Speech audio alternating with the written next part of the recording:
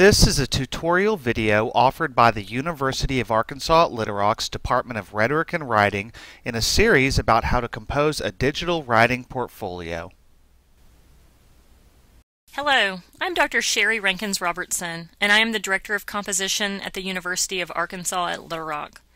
This video is intended to help students understand the programmatic learning outcomes for composition and think about developing portfolios. Projects that you will develop in your composition course are designed with UALR's learning outcomes for composition. This video will explore those outcomes and help you think about how to demonstrate your understanding of the learning outcomes through development of a course digital portfolio. Many college classes ask students to take a test to demonstrate their understanding of disciplinary concepts. However, in composition, we seek to view your growth as a writer. Dr. Edward White says that a test is a snapshot of learning, whereas a portfolio is a motion picture. We ask students at UALR to develop digital portfolios for a variety of reasons, specifically to enhance your digital literacy skills and work with technologies that you will use in the workplace, also that you're able to look back at your growth as a writer over the semesters of composition. The learning outcomes that we use at UALR are national learning outcomes that were developed by the Council of Writing Program Administrators. The idea behind these learning outcomes was that so no matter where a student took composition, they had the same foundational disciplinary knowledge. The Writing Program Administrator's outcome statement is divided into 5 different areas. Rhetorical knowledge asks a writer to think specifically about her audience, who she's writing for, and what the needs are of that audience to determine the best type of text to develop and how that text will be delivered to her reader.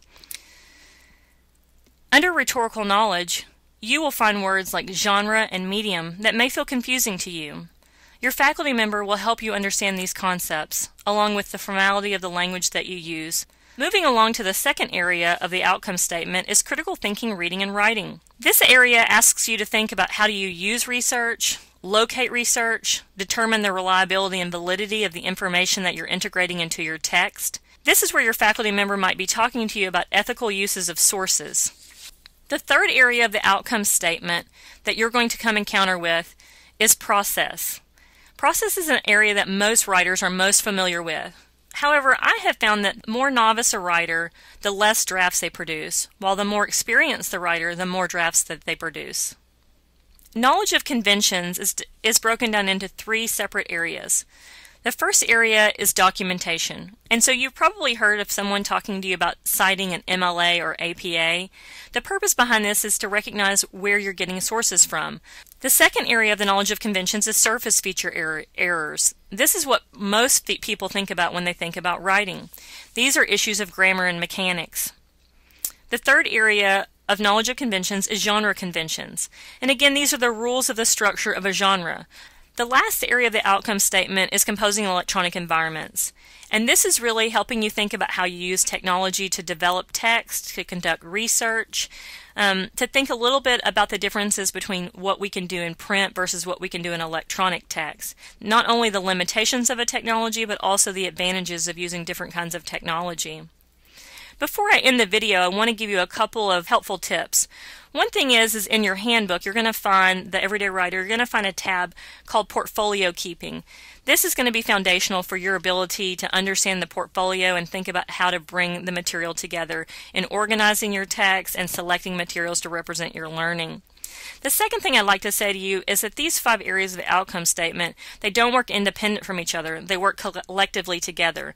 So as you're in your writing process, you're thinking about audience and purpose as you conduct research, and then you're trying to clean your document up for surface feature areas and documentation. So think about these pieces, that all 5 of these pieces that work together as a whole. The last thing I'd like to say to you is if you have questions about your portfolio, of course, consult your faculty member. Your faculty member is here to help you. And I want to encourage you to visit the Writing Center, which is located in SUB 116.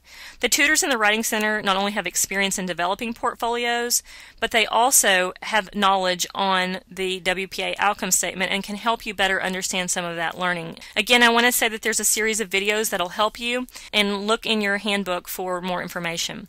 Please let me know if you have any questions or concerns. Again, as I came to meet most of you on the first day of class, my name is Sherry Robertson. I'm the Director of Composition. My email and office phone number are located in your syllabus. If there's anything I can help you do to be successful in the composition program, I'd love to hear from you. So I hope you have a great semester, and I'm looking forward to seeing your portfolios.